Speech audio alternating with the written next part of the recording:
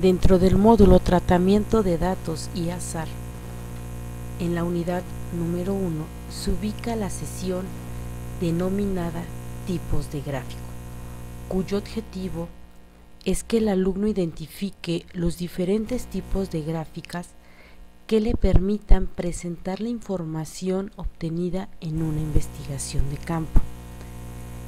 Cabe recordar que una gráfica es una herramienta que permite visualizar y analizar la información de manera rápida.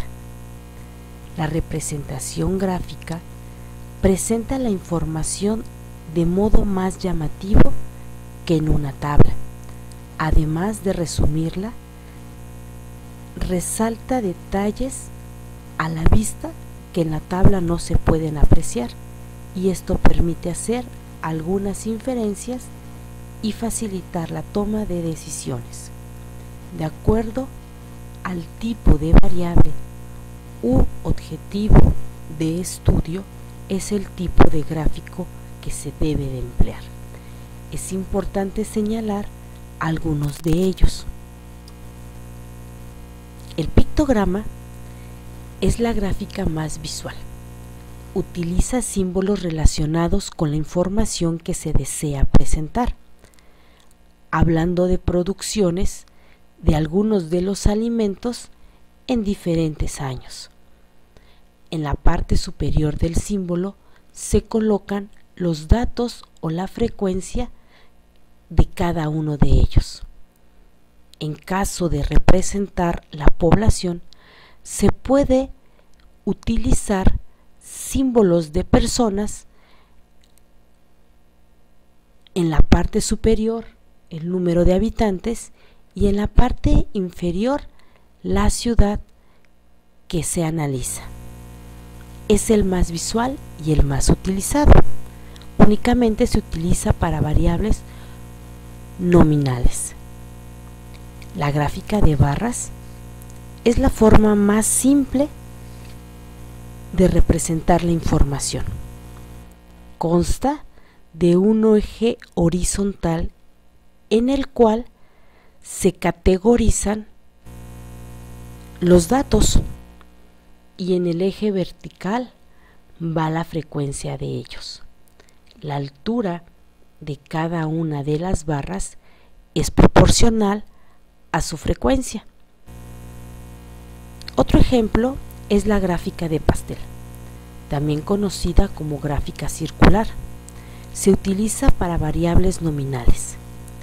En ella, cada una de las partes representa una fracción o porcentaje del total del número de datos analizados. En cada sección puede ir el porcentaje de la información. Cabe recalcar que el círculo completo representa el 100% de la información. Otro tipo de gráfico es el histograma. Es muy similar a la gráfica de barras. Sin embargo, en el histograma, las gráficas van unidas unas con otras, es decir, se presentan de manera adyacente. Se utiliza para datos agrupados.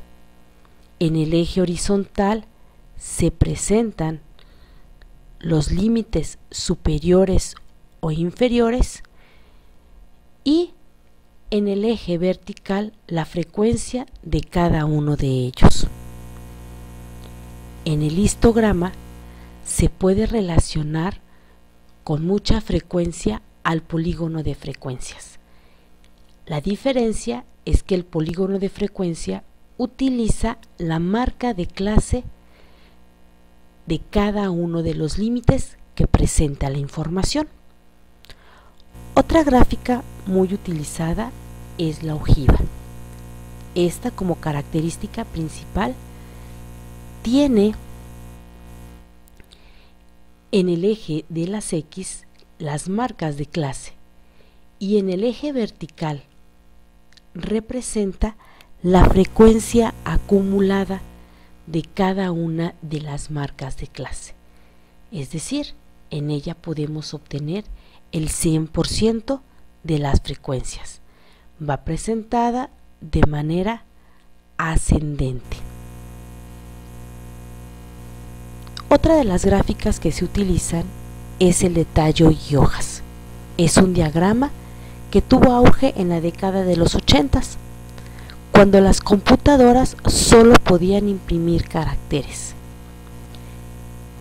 Se le conoce también como un diagrama y solamente muestra la frecuencia de los datos en dos columnas.